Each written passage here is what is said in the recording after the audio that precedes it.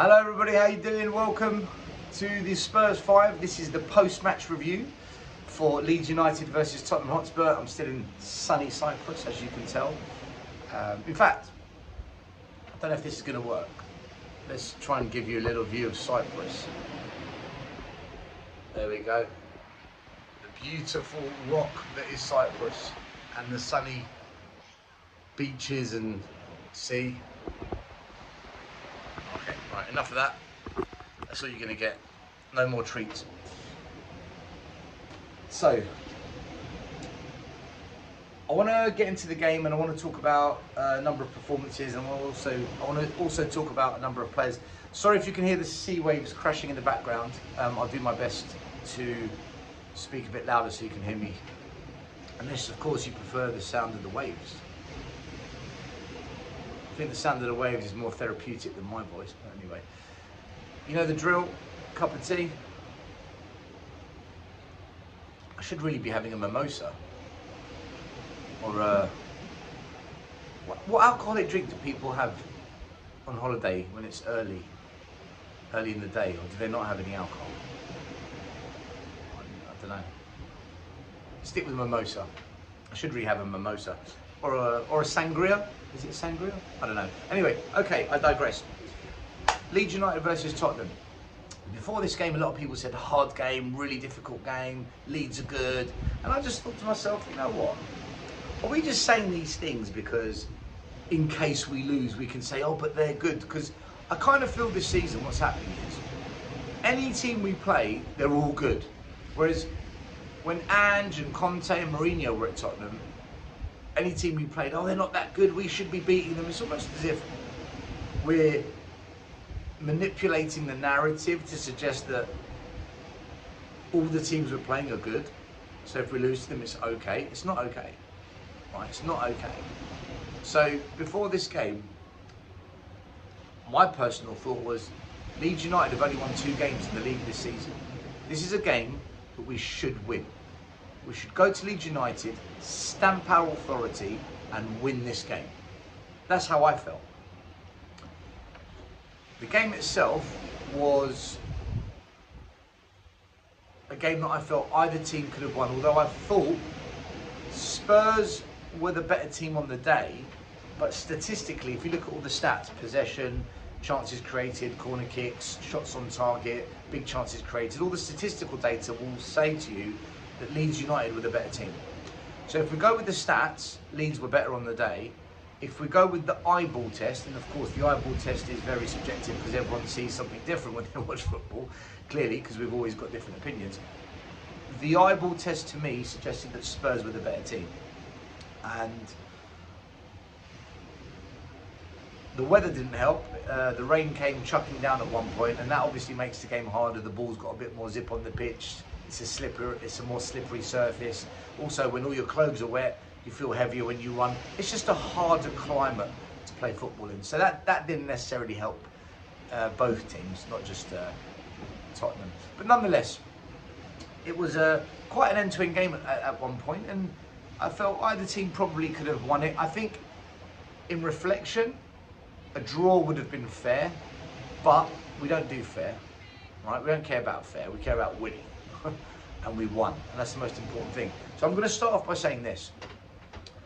We've got to put some praise on Thomas Frank here, people. Right? We've got to put some praise. I don't think the performances of Tottenham Hotspur are anything spectacular, and I'm not really wowed when I watch us play football. In fact, quite often I find myself bored watching Tottenham. I'm just, However, from a results perspective, and it is about results, the purpose of elite sport is to win. I know there are some, like Sean Butler, okay, I'm not digging him out, I'm just stating a fact. Sean talks about the journey, he enjoys the journey, and it should be more about the journey, whereas for me it's not, I just want the win. You know, I've said before in the past, if Spurs win 1-0 every single week, playing boring football, but come end of May we lift the Premier League trophy, I couldn't care less. I want to be at that parade, I want to celebrate being Premier League champions, but I appreciate a lot of fans aren't from that way of thinking, and it is about the journey and the experience and the Tottenham way and all these things you hear. So that aside, from a results perspective, we won. We're currently in the top 3. We've got an excellent goal difference. Our scoring record and our defensive record is also very good. Look, after 7 games, I don't think we can really knock it, man. And I'm someone that is critical, you know. I'm not scared to call out Frank. I'm not scared to praise. And I'm going to praise him. Well done to Thomas Frank, man. Like, well done, Thomas. You've come into Spurs. You don't have the best of squads, not in my opinion. I think our squad's still very average. But to be in the top 3 after 7 games, and we're seeing teams like Man United wobble, Chelsea wobble. Okay, they beat Liverpool. Liverpool wobbling. Every team in the league is wobbling other than Arsenal. We're not wobbling. We're 3rd. We're doing all right. Okay, we've had a wobble at times, but you know what I mean, guys. We're doing all right. Spurs are doing all right, and if the players can develop, if we can get some more signings in January, maybe, just maybe, top 4 might be on. Even though we all said, well, a lot of us said, oh, we will finish anywhere between 6th and 10th. But well done, Thomas Frank. That was a good result on the weekend, and yeah, keep it going. Keep it going. Let's talk about some players. I want to start with Vicario. This guy divides opinion big time, and the issue I have with Vicario is this. How many times does he come off his line to catch a ball and fluff his lines, even if he's trying to, you know, punch the ball? And how many times do you see him parry the ball into danger? Now, some fans will say Vicario is at fault for the goal that Leeds United scored. Others will say, why was the Leeds United player unmarked? Why was there no one at the back post? Well, here's the thing. As a goalie, you should know what's in front of you and to the side of you. And if you can't see that there's danger there, you don't parry the ball there. So for me, for Vicario to parry the ball into danger, either he's not aware of the danger, or he got it wrong with trying to stop the ball from going into the back of the net. So either it's a goalie save error, or he's just not aware of his surroundings. Neither are good. Now, fast forward towards the end of the game, and this is where everyone's divided on Vicario. There's a snapshot from about 12 yards out, and Vicario makes a brilliant, instinctive diving save and keeps Spurs 2-1 up in the game. So this is the issue with Vicario. He'll do something that costs us, but then he'll do something that saves us. Go back to May, Bilbao, Europa Cup final. He comes running off his line, completely misses the flight of the ball, caught in no man's land, and the header goes in on goal. And if it wasn't for Van der Ven's amazing scissor kick goal line clearance, it would have been 1-1. Then fast forward to the end of the game, he makes a wonder save, not wonder save, but a brilliant instinctive diving save to keep us 1-0 up. And this is the problem with Vicario. For every brilliant shot-stopping, instinctive reflex save, he's got really good reflex save abilities, he's got a bozo moment in him that costs us. So for every brilliant piece of play that keeps us in the game, he's got a bozo moment that costs us, and it's just, or nearly costs us. And this is the issue with Vicario. So I think the question we need to ask ourselves as Spurs fans is this. Can we do better than Vicario? And the answer is yes, we can. We need a goalkeeper that is, yes, an excellent shot stopper, and yes, he's got great reflex save abilities, which is what Vicario's got. But we need a goalie that's also much better at parrying the ball, catching the ball, and coming off his goal line and commanding that box. And these are his weaknesses. He's been at the club for what, 3 years now, something like that. He still hasn't improved in those weak areas.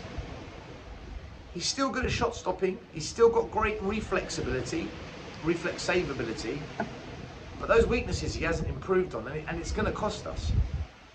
So I think it's fair to say, unless we see a massive improvement in those weak areas of Vicario, I think next season we might need to look at a better goalkeeper. Tell me what you think. The back four. Let's start with Udogie. A player that gets criticised often, a player that gets probably unfairly, at times harshly criticised.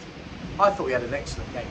I thought Destiny Udogie had a really, really good game for Tottenham Hotspur. And you know what? Here's the thing.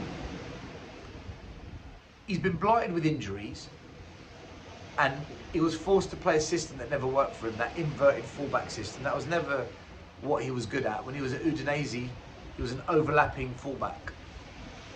Yeah, can he be more decisive and quicker at releasing the ball when he's high up the pitch and crossing it a bit quicker? Yes, he can.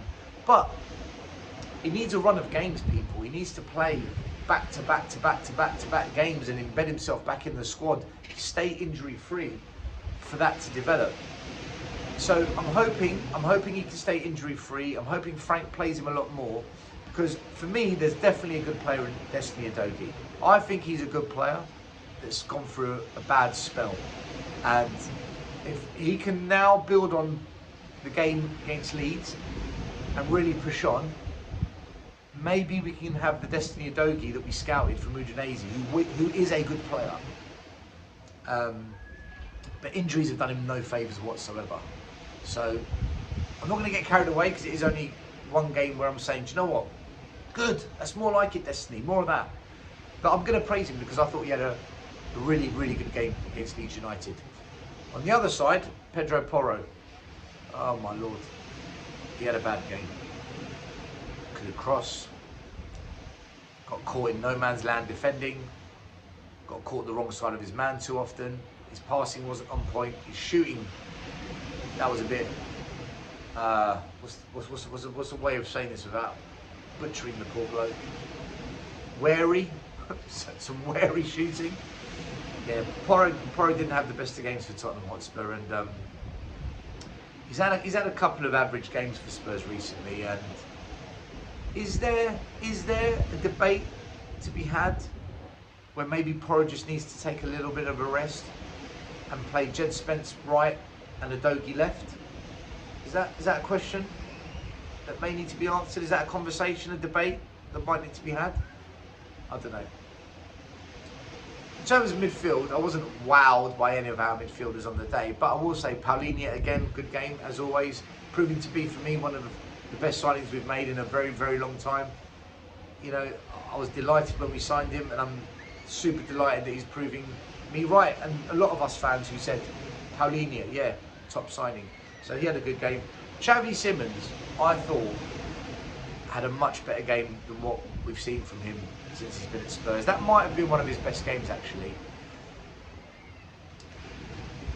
He links up the play well, he keeps the ball ticking, doesn't lose possession too often. Sometimes I think he tries too hard, a bit too flashy. There was one moment where he just needed to play you know, through ball, and he tried to do this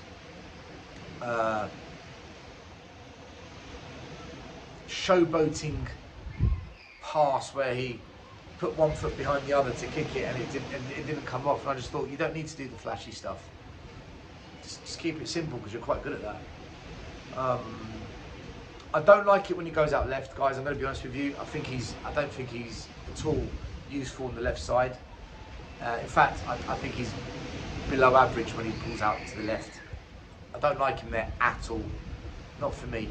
And too often he drifts out to the left. But when he stays in the middle, he's a player. There was one moment in the game, and this is what I mean about knowing he's a good player. The defence pushed up, he's got the ball, and you're thinking, right, what are you going to do? And his brain says to him, lift the ball over the defence. But here's the thing, you can have the instinct to do something, but have you got the technical ability to execute it? And he did. He scooped the ball, lifted it over the defence, and it perfectly dropped into the path of the oncoming striker. And I thought to myself, that's what I'm talking about. That's what I'm talking about.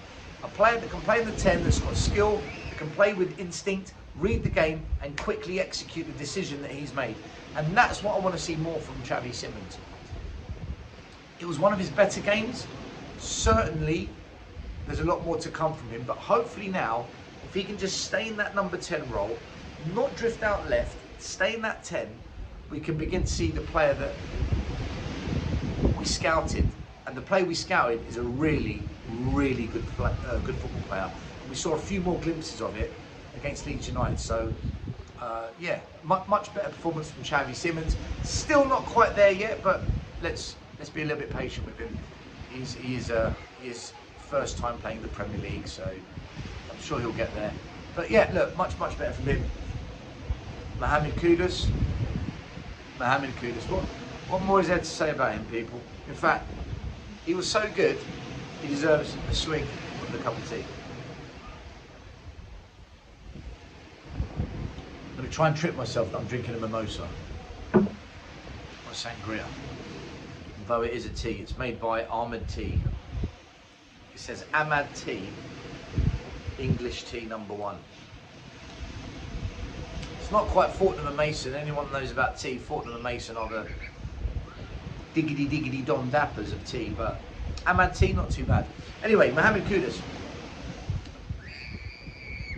He can beat a man, he can shoot, he can score, he can create, he can cross, he's got strength, he's got power, it's hard to get the ball off him. What a player we've signed, man.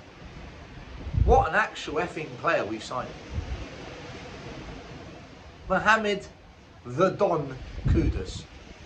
Another stellar performance from the man. There's nothing more I can say that you don't already know. We'll just keep it short and sweet. Top player. Excellent performance. Again. Okay, his goal took a little deflection, but you know what? If you don't shoot, you don't score. Odobert.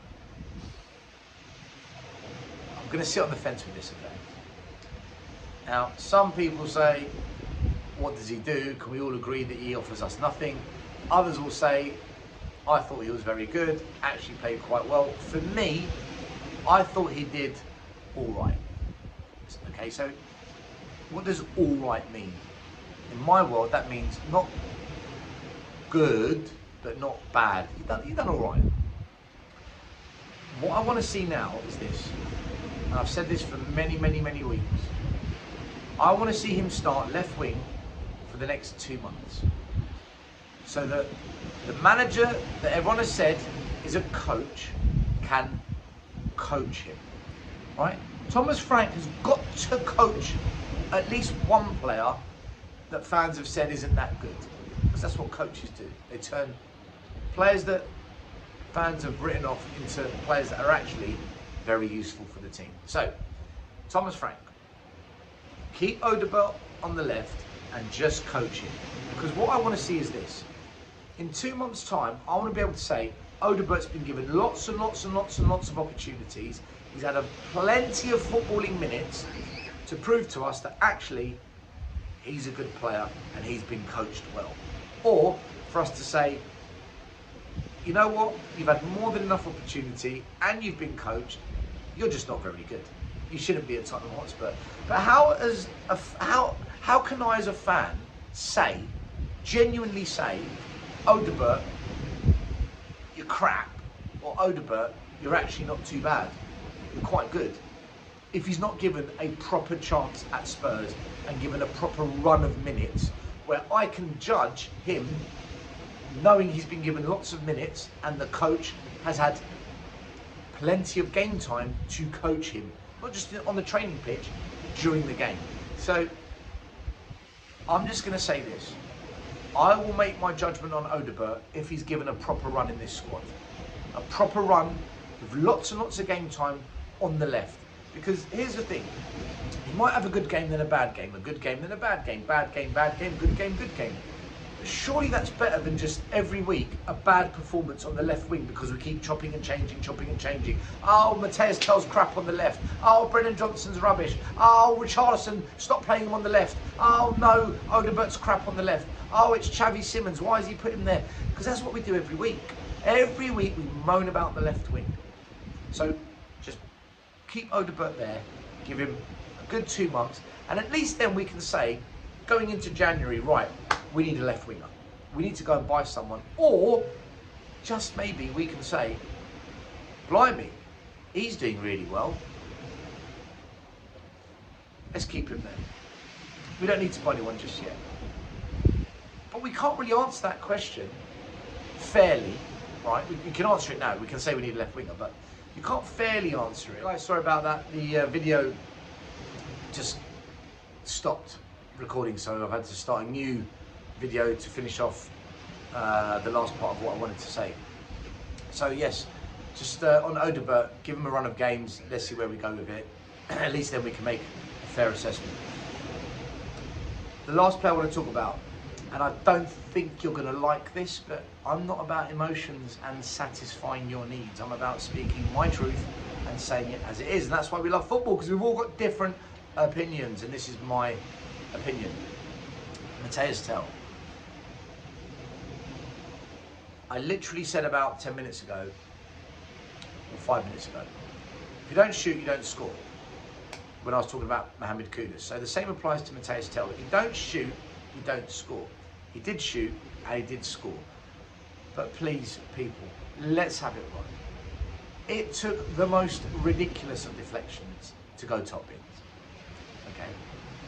However, I can't go in hard on him because I've just said if you don't shoot, you don't score. He did shoot and we did score. But in reality, the deflection is what made it go in. So the question for me is, other than the deflected goal that he scored, what else did he do during the game?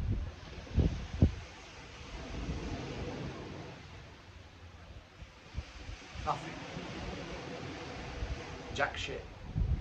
I think he had a shot that either went straight at the goalie or over the bar, if my memory serves me well.